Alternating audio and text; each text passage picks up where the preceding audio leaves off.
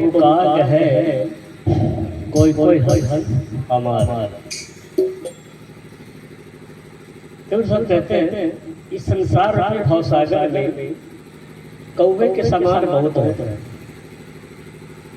कोई कोई हंस, कोई कोई ऐसा है जो हंस है, बाकी संसार कौवे के सफरमार है। सदगुरु कबीर साहब के कहने का तरीका है, कभी पक्षियों का नाम लेते हैं, कभी फूलों का नाम लेते हैं, कभी प्रकृति की शक्तियों का नाम लेते हैं।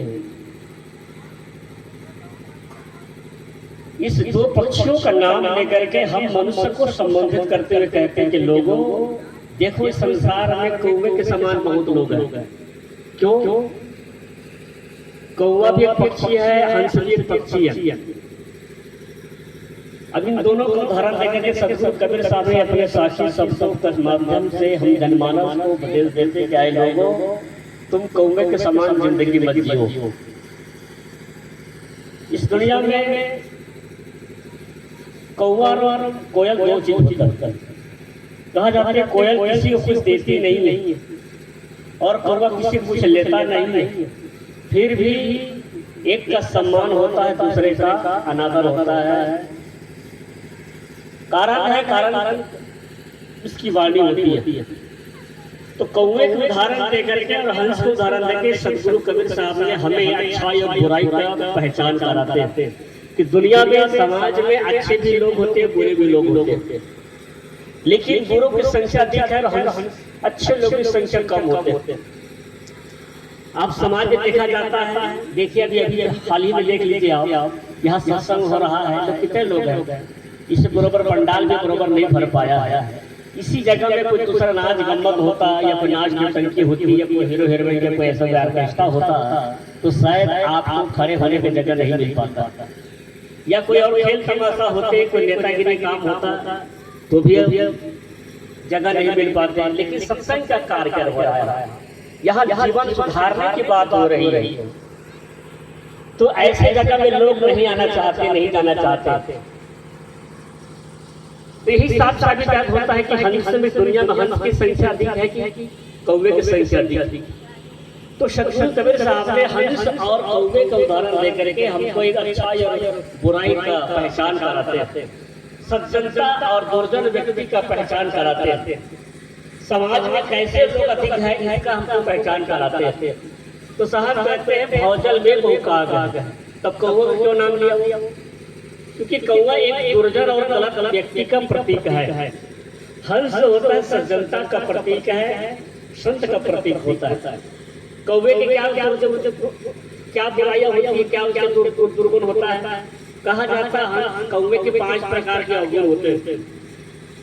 पहला अवगुण है कौवे की वाणी कर्कश होती। आप सुनेंगे कौवे की आवाज कैसा बोलते हैं, सबको मालूम है। आपके घर में, आपके छत में, आपकी छानी में अगर बैठ के काव काव करेंगे, ज्यादा देर नहीं सुनेंगे आप, तुरंत पत्थर मार के भगा दिया जाता है, क्योंकि इसकी वाणी कर्कश है, वाणी गलत होती है, मीठा वचन नहीं बोलता। तो पहला ये दोष है कौवे की वाणी कर्कश। दूसरी अवगुण ये है कि कौवे की खान पान गलत होते हैं, दाल भात भी खाएगा, खिचड़ी भी खाएगा, मांस मटन भी खा लेगा और गंदे चीज भी खा लेता है। तो खान पान की कोई गारंटी नहीं। इसलिए नीति में कहावत है कौवा क्या नहीं खा लेगा और स्त्री क्या नहीं बोल देगी और राजा क्या नहीं कर सकता है। ये चाणक्य की भी कहावत है कि कौवा क्या खा लेगा इसका कोई भरोसा नहीं, स्त्री क्या बोल देगी इसका भी भरोसा नहीं, और राजा क्या नहीं कर सकता। तो कौवे की खान पान गलत। तीसरा चीज कौवा हमेशा गलत जगह बैठता है, उसकी बैठने उठने की जो संगत ये गलत जगह में रहता है। चौथा चीज कौवा अंदर बाहर दोनों काले होते हैं, यानी दुर्बुद्धि का प्रतीक होता है, इंद्रिय लंपट होता है और ईर्ष्यालु होता है, संचलता होती है उसके अंदर। आप कौवा कभी भी साले के मोड़ पे कभी नहीं बैठेंगे, हमेशा इधर उधर देखते रहेंगे, चंचल बुद्धि होता है। पांचवा चीज सबसे बड़ी है इसके अंदर में दुर्बुद्धि होता है, इसमें विवेक शक्ति विचार शक्ति जरा भी नहीं होता है कि हम क्या बोले, क्या खाए, कहाँ बैठे, कहाँ उठे, बस जैसा हो मर्जी वैसा ही करते रहते हैं। ये दुर्बुद्धि का प्रतीक है। अब साहब इसलिए निर्णय कहते हैं कि देखिए जिस व्यक्ति का स्वभाव ये 5 प्रकार के दोष है, चाहे किसी भेष में हो, चाहे हमारे भेष में हो, चाहे आपका भेष में हो, चाहे ये माताओं के भेष में हो। अगर 5 प्रकार का दोष है, जो व्यक्ति गलत बोलता है, जिसकी वाणी गलत, जिसका खान पान गलत, जिसका संगति गलत, जिसका उठना बैठना गलत, जिसको तो हमेशा मन में छल कपट ईर्ष्या जलन रखता हो, और जिसके जीवन में कोई बुद्धि का कोई नामोनिश नहीं होता है, दुर्बुद्धि है, ऐसा व्यक्ति कौवा है, चाहे किसी भेष हो, चाहे किसी दुनिया में हो, चाहे कहीं रहता हो। यह इसका उदाहरण देते साहब, इसका लक्षण है दुर्जन व्यक्ति का, कौवे का। तो ऐसे लोग संसार में बहुत लोग हैं। आज देखा जाता है वाणी के कितना दुरुपयोग होते हैं, लोग गाली गलौज करते हैं, अब सब बोलते हैं, संयम नहीं कर पाते। साहब कहते हैं बोलना काल से बोला नहीं, बोलना काल से बोला बोले रे भाई, बोलत ही सब सत्व न साई, बोलत बाण विकारा, सो बोले सो करे बेचारा। मेले संत वचन तो कहिए, मेले असंत मौन हो रही, पंडित से बोलिए हितकारी, मूर्ख से रहिए झकमारी, कहे कबीर अर्ध डोले पूरा हो, विचार कर बोले। साहब कहती वाणी ऐसे बोलिए, मन का आप होय, औरन को शीतल करे आप शीतल होय। वाणी ऐसे बोलिए, मीठा सबसे बोलिए, शुभ शुभ जे चौगोर, वश्य करनिया मन कहे तजिए वचन कठोर। साहब ने कितनी बड़ी सुंदर बात कह दी, परिवार को कैसे रहना चाहिए, हमें समाज के बीच एक दूसरे के बीच कैसे व्यवहार करना चाहिए। बोलना तो है, लेकिन हम बोलना कैसे बोलना चाहिए। साहब कहते हैं मीठा बोल करके हम किसी को वश कर सकते हैं, इसलिए वाणी का संयम बहुत जरूरी। तो कौवे जैसे कर्कशा मत बोलिए, ये हमारे व्यवहारिक और आध्यात्मिक जीवन का सबसे बड़ा ऋण है। हमारे व्यवहारिक जीवन में हम बोले बिना नहीं रह सकते हैं। हमारा सबसे बड़ा व्यवहार का सबसे बड़ा मंत्र व्यवहार को बोली। हम किसी वस्तु किसी सामान को दे चाहे न ले, लेकिन जुबान से तो बोलते हैं। अब बोल करके हम अपने दिल के अरमानों को, अपने दिल की पूर्तों को हम ठीक कर लेते हैं। देखिए मैं कल मेरे तबियत थोड़ा गड़बड़ हो गई थी जब आया आपके यहाँ, लेकिन मैंने बताया, घर वालों को बताया, सब अपना जो दोहरी जुमा है साहब को बताया कि मेरे थोड़ा तबियत गड़बड़ है, उसे तुरंत दवा का इंतजाम कर दिया। तब बोलने से हो गया क्या? अगर नहीं बोलता तो घुट अंदर घुटते रहता है।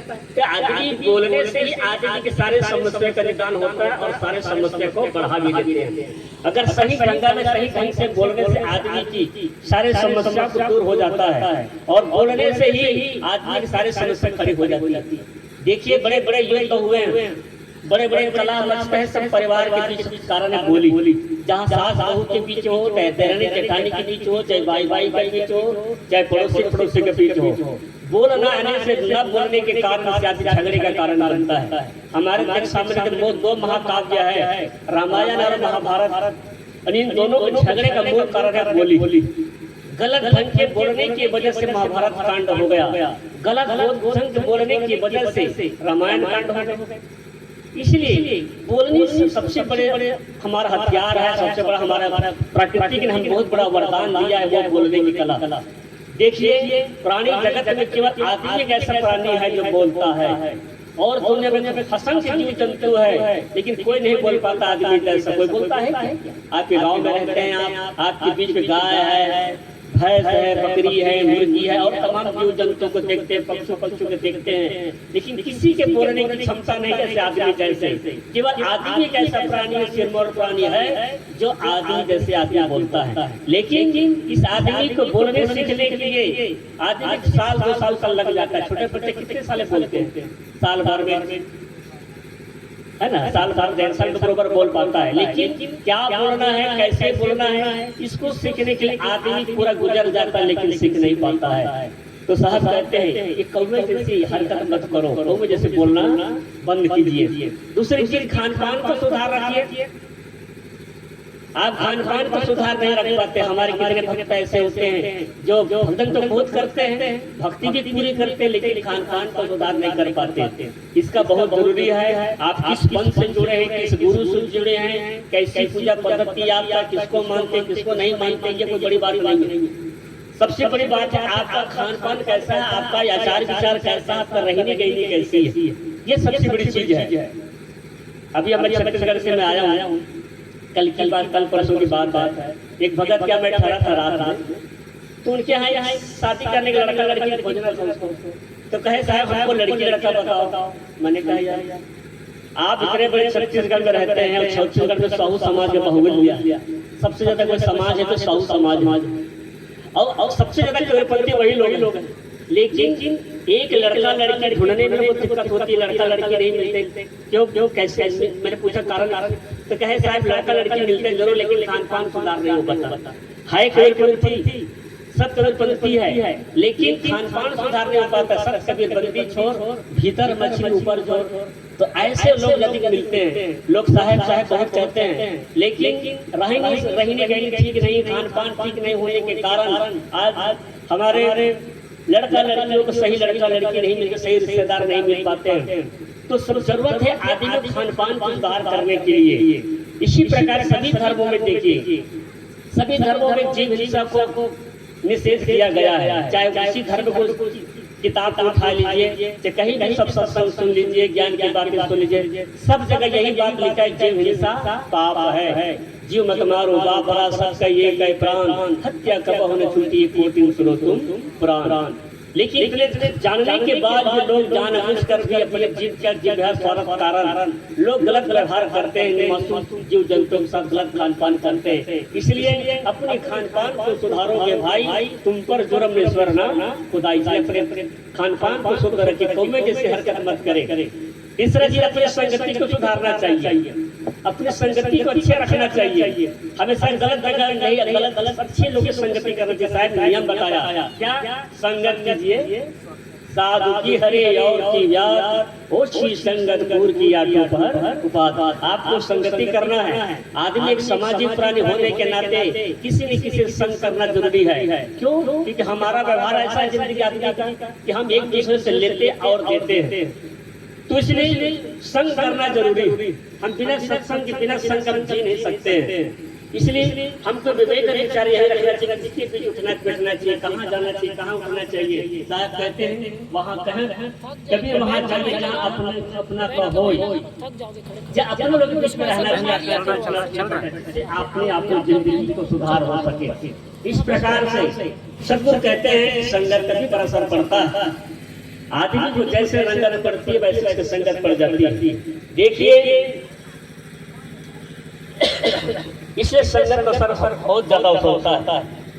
तीसरे से चौथा के साथ कहते हैं अंदर कि कौमे जैसे हरकत क्या है? चौथा कौमे की सबसे चौथी हरकत ये है गलत व्यवहार कि अंदर में छल कपट रखना, ईर्ष्या जलन रखना, चंचल बुद्धि होना।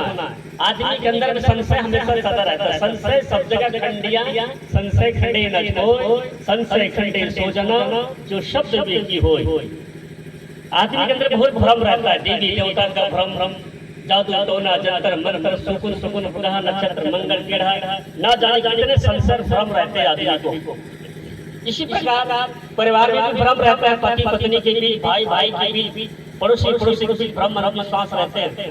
इन तमाम अंधविश्वासों के एक ही कारण आदमी अज्ञानता और सही विवेक विचार न होना। इसलिए साहब कहते हैं अपने अंदर के विवेक को जगाइए, सारे भ्रम अंधविश्वास दूर हो जाएंगे। आज पढ़ा लिखा आदमी भी भूत प्रेत के चक्कर पड़ता है, हाई पढ़ने लिखने में कमी नहीं है लोग, फिर भी अंधविश्वास इस कदर आदमी को भरा हुआ है कि काले धागे पीले धागे वहाँ यहाँ जहाँ मत पूछो, कहाँ लोग काले धागे पीले धागे बांधे रहते हैं। 10 उंगलियां कम पड़ जाती है, इतने लोग मुंदरी ताबीज पहने रहते हैं। बड़े पढ़े लिखे लोग अनपढ़ गंवार गाँव के लोगों की बात अलग, जो शहरों में रहते हैं, जिसका डिग्री में हाई डिग्री रहते हैं, बड़े पोस्ट में जो नौकरी करते हैं, ऐसे लोग भी अंधविश्वास के शिकार कर जाते हैं। कारण है आदमी सदबुद्धि का होना ना होना, दुर्बुद्धि होना। इन सारे अंधविश्वास दुर्बुद्धि से पैदा होते हैं। इसलिए साहब कहते हैं ये कौवे जैसी हरकत छोड़ दो। तो ऐसे लोग संसार में अधिक लोग हैं, जो सज्जनता है, जो ऐसे कम लोग होते हैं। तो सदगुरु कहते हैं हंस का भी थोड़ा थोड़ा सुन लीजिए।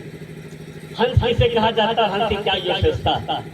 साहब कहते हैं हंस बिरले होते हैं। तो पहला हंस की पहला गुण ये है कि कम बोलना, शांत रहना, साइलेंट रहना। ये हंस की पहला गुण है, विशेषता। दूसरा गुण ये है हंस वो क्या कहते हैं, मोती चुगता, यानी उत्तम चीज सही खाना। तीसरा चीज कहाँ रहते हैं हंस? हंस रहते मान सरोवर। अब आजकल मानसून ढूंढना तो आपको चीन जाना पड़ेगा वीजा कटा करके। तो हंस मानसरोवर में रहता है, यानी अच्छे लोगों की संगति में रहना। मानसरोवर मतलब सज्जनता के बीच, सही लोगों के बीच रहना। चौथा चीज ये है कि हंस जो होते हैं अंदर बाहर दोनों सफेद होते हैं। बाहर तो सफेद होता ही है, अंदर से भी सफेद, यानी निर्मल बुद्धि, निष्कपट बुद्धि, साफ दिल का होता है। इसलिए कब गोस्वामी जी का निर्मल मन सोई कोई पावा, मोह ने छल चिंतन भावा। ऐसे लोग जिसका दिल साफ है, जिसका चित्त सुंदर है, जिसके विचार अच्छे हैं, ऐसे लोग ही हंस होते हैं। पांचवा चीज, सबसे बड़ी चीज है दूध का दूध पानी करना, यानी निर्णायक बुद्धि करना, सच और झूठ को परखने की क्षमता जिसके पास है, ऐसा व्यक्ति हंस है, चाहे किसी भी देश में हो। अब वो अगर दूध का दूध पानी करना, यानी सच और झूठ को परखने की क्षमता रखना चाहिए। वाणी अरबों खरब है, वाणी भी भ्रमिक वाणी होती है, कल्पित वाणी होती है। दुनिया में हर चीज को बिना परखे हम मान लेते हैं, सबसे बड़ी भूल।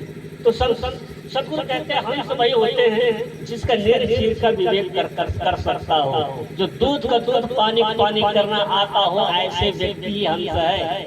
यानी जिसके पास 5 प्रकार का गुण है, जिसकी वाणी संयत है, जो कम बोलता है, शांत रहता है, जो हमेशा उत्तम चीजें का आहार करता है, जो हमारे मन संगति अच्छे लोगों के उठना बैठना होता है, और जिसका दिल साफ है, जिसका मन सुंदर है, और जिसका दूध का दूध पानी करना आता, निर्णायक बुद्धि जो रखता है, ऐसा व्यक्ति चाहे कहीं भी हो, किसी पंथ में हो, किसी भेष में हो, वो हंस है। चाहे हमारा देश में हो, चाहे आपका देश हो, चाहे माताओं के देश में हो, अगर इसके निर्णायक बुद्धि रखता हो, ऐसे लोग ही हंस है। और ऐसे लोग संसार में बहुत बिरले पाए जाते हैं। कोई हंस हमार, कोई हंस होते हैं, बताए तो बाकी दुनिया के लोग क्या है, कौवे के समान काम करने वाले लोग, गलत खान करने वाले।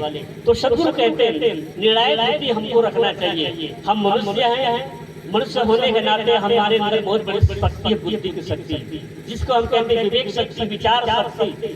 थोड़े देर पहले महाराज अटकेश्वर महाराज ने बताया कि मनुष्य क्या विशेषता होती है, बहुत सुंदर से परिभाषा दिया मनुष्यता की। तो मनुष्यता की सबसे परिभाषा यह है विवेक शक्ति, क्योंकि प्रकृति के नाम बहुत सुंदर वरदान दिया है, विवेक शक्ति बोल दिया है, विचार करने की शक्ति। आदमी ने विचार करके धर्म ग्रंथों को बनाया, बड़े बड़े मस्जिदों को बनाया, बड़े बड़े मंदिरों को बनाया, नाना पंथ को बनाया, नाना संप्रदाय को बनाना। इन देवी देवता का सृजन करने वाला भी आदमी है। लेकिन एक आदमी बड़े बड़े आइटम बम को बनाने वाला आदमी के समाज को नाश करने वाला आइटम बम भी आदमी ने बनाया है।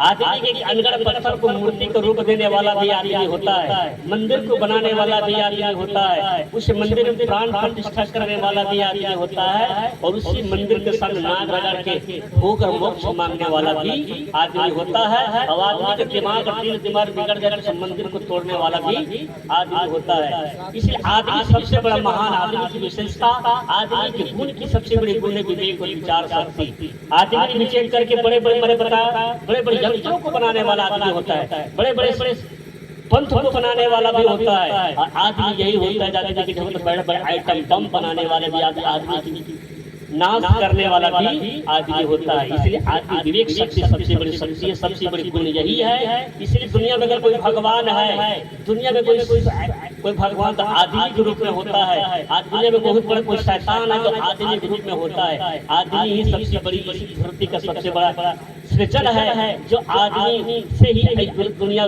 कायम है। इसलिए आदमी दुनिया में आदमी अगर को हटा दो तो आदमी की दुनिया एक जंगल बन जाएगा। क्या बन जाएगा? दुनिया एक भयंकर खूंखार जानवरों को भरा हुआ जंगल बन जाएगा। केवल आदमी जाकर दुनिया से हटा दिया जाए, इस प्राकृतिक से हटा दिया जाए तो ये दुनिया क्या बन जाएगा? एक खूंखार जंगली जानवर से भरा हुआ एक जंगल बन जाएगा। इसलिए आदमी है तो संस्कृति है, आदमी है तो सभ्यता है, आदमी है तो सारे चीज है। इसलिए आदमी सबसे बड़ा महान है। इसलिए आदमी अपने गरिमा को पहचानने की क्षमता है। आदमी अपने गरिमा को ना पहचानने के वजह दर ठोकरे खा रहा है, दर्जन आखिर नाग रगड़ रहा है, कहीं भोग मोक्ष के नाम में, कहीं देवी देवता के नाम में, कहीं मंदिर मस्जिद के नाम में, कहीं तीर्थों के नाम में। इसलिए सदगुरु कहते हैं इस सब भटको मत, ये सब भटकने की जरूरत नहीं है। तुम अपने अंदर देखो, तुम अपने विचार करो, तुम्हारे शक्ति तुम ही हो। लेकिन अपनी शक्ति को ना जानने की वजह से आदमी जो है दर दर ठोकरे खाता है। इसलिए साहब कहते हैं, अरे लोगों तुम हंस हो, लेकिन तुम कौवे जैसे हरकत कर रहे हो अपने आप को ना पहचानने की वजह से। इसलिए अपने हंस तत्व को पहचानिए, अपने आप को परखिए, अपने आप को समझो, समझ कर अपने स्थिर होइए, तभी आपके जीवन सुख शांति और आपका जीवन सुखद और मंगलमय बन सकता है। समय बता दीजिएगा। 5 मिनट है साहब। 5 मिनट है। आप क्या बताएगा? ठीक है। संसार में कौवे के समान बहुत लोग हैं। आप देखते हैं आज से 600 वर्ष सतगुरु कबीर साहब समाज की जो दशा है, समाज के तो रवैया है, समाज में जो हो रहा है उसको 600-650 वर्ष पूर्व साहब ने बता दिया, कह के लिख के चले गए कि भोजन में वो का आज वो उचित हकीकत में देखने को मिलता है कि दुनिया में कैसे लोग जीते हैं, कैसे लोग जी रहे हैं, कैसे लोग रहते हैं यहाँ। आज पूजा पाठ की कमी नहीं है, आज धर्म के लोगों को कमी नहीं है। जिधर देखो जिधर सत्संग हो रहा है, जहाँ देखो तहाँ भागवत हो रही है और तमाम देवी देवता की पूजा हो रही, जहाँ नहीं तहाँ सब होते रहते हैं। इनके बावजूद भी लोग जो है अपनी अवगुण को दूर नहीं कर पाते, जिसकी वजह से आदमी पहले से ज्यादा परेशान, पहले से लोग ज्यादा परेशान होते हैं। हमने किसी जानवर को सब फांसी लगा के मरते हुए नहीं सुना है, जहर के मरते हुए नहीं देखा है, आपस में मर्डर करते हुए, चोरी करते हुए और किसी प्रकार गलत काम करते हुए नहीं देखा है। केवल आदमी ही आदमी का करते हैं। इसलिए कि शायर बहुत सुंदर कहा, आदमी की शकल से अब डर रहा है आदमी को लूट कर घर भर रहा है, आदमी ही मरता और मार रहा है, आदमी समझ कुछ आता नहीं क्या कर रहा है आदमी। ये आदमी किस तौहीनी है ये जो आदमी कितना सुंदर रचना जो आदमी है, इसने अपने आप का पहचान ना करने की वजह से, अपने आप का गरिमा ना जानने की वजह से आदमी जो है इस पशु पक्षी से बदतर जिंदगी जीने के लिए मजबूर है, जी रहा है। इसलिए सतगुरु कबीर साहब ने कहा, मानुष तेरा गुण बड़ा, मांस न आवे काज, हार न होती आवरण, बचा न बाजन बाजाए मुझ। तुम्हारा गुण बहुत बड़ा है, लेकिन तुमने अपने गुण को नहीं पहचान पाए, नहीं समझ पाए, इसलिए दर दर ठोकरी खा रहे हो, दर दर नाग रगड़ रहे हो, दर दर आदमी भटकता रहता है। तो इस प्रकार से भटकना क्यों? क्योंकि अपने अंदर एक शक्ति खो दिया, जो अपने विवेक विचार भूल गया, अपने आप को पहचानना भूल गया है। तो लोग बाहर घूमते हैं, कहीं देवी देवता, ईश्वर, ब्रह्मा, बुद्ध, परमात्मा, लोकांतर, फिर अभी मुहूर्त में भूख घूमते रहते हैं, क्योंकि अपने आप को पहचान न होने की वजह से आदमी सर्वत्र भटकता रहता है। इसलिए साहब ने कहा, अपने आप को परखो, आपको जानो तुम कौन हो, तुम कौन हो। लेकिन अपने आप को पहचान लोग सोचते हैं हम कोई आम आदमी है या हम नाचीज है, ऊपर वाला कोई भगवान होगा जो हमको गलत काम कराता है, सही कर्म कराता है, हमको भोग से देता है, हमें कर्म फल देता है। सब सतगुरु कबीर कहते हैं, ऊपर में कोई आकाश पाताल में कोई बैठा नहीं है, जो आपको अच्छा काम कराता है, बुरा काम कराता है, फल मोक्ष देता है। आप अपने कर्मों के कर्ता, धर्ता, भोक्ता और महेश्वर सब दोनों हो। आप स्वयं अपनी इच्छा से काम करते हैं और अपनी इच्छा से कर्म को भोगने के प्रतंत्र होते हैं। इसलिए साहब कहते हैं, अपने कर्म को परखो। और कोई आकाश पाताल कोई देवी देवता कोई सब बाबा नहीं बैठा है। लोग हर बार ऊपर वाले कहते रहते हैं, लेकिन ऊपर कोई बैठा थोड़ी है जो आपको गलत काम कराता है। लेकिन ऐसी मनंदी आदमी के दुर्बुद्धि है, जिसके मनन की वजह से आदमी ऊपर वाले कहा करके नीचे वाले को बदनाम करता है। आप गलत काम करते हैं, अच्छे काम करते हैं, अपनी स्वेच्छा से करते हैं, अच्छा से करते हैं, लेकिन जब उस फल मिलता है तो लोग ऊपर वाले को दोष देते हैं। इसलिए सतगुरु कबीर साहब कहते हैं, अपनी शक्ति को पहचानिए। तुम बहुत बड़ी शक्ति हो, तुम्हारी बहुत अपार शक्ति है, चाहे तो भगवान आप स्वयं बन सकते हैं, लेकिन हम अपने शक्ति को भूल जाने की वजह से हम अपने आप को नागनाचन समझते हैं, तुच्छ समझते हैं और कहीं आकाश पताल में दूर तरफ हाथ फैलाते हैं, आंखें फल फैलाते देखते हैं कि है भगवान हमको कुछ कर दो, ऐसा कर दो, वैसा कर दो। तो इस प्रकार से सदगुरु कबीर साहब कहते हैं, तुम हंस हो, तुम दूध और पानी का मेरा करने वाले हो, तुम कौवा नहीं हो, इसलिए कौवे जैसे हरकत छोड़ करके हंस कह रहे माइए, तभी हमारा जीवन सुखद और मंगलमय हो सकता है। और अधिक न कहते हुए मैं अपने बारे को विराम देता हूँ। श्री सदगुरु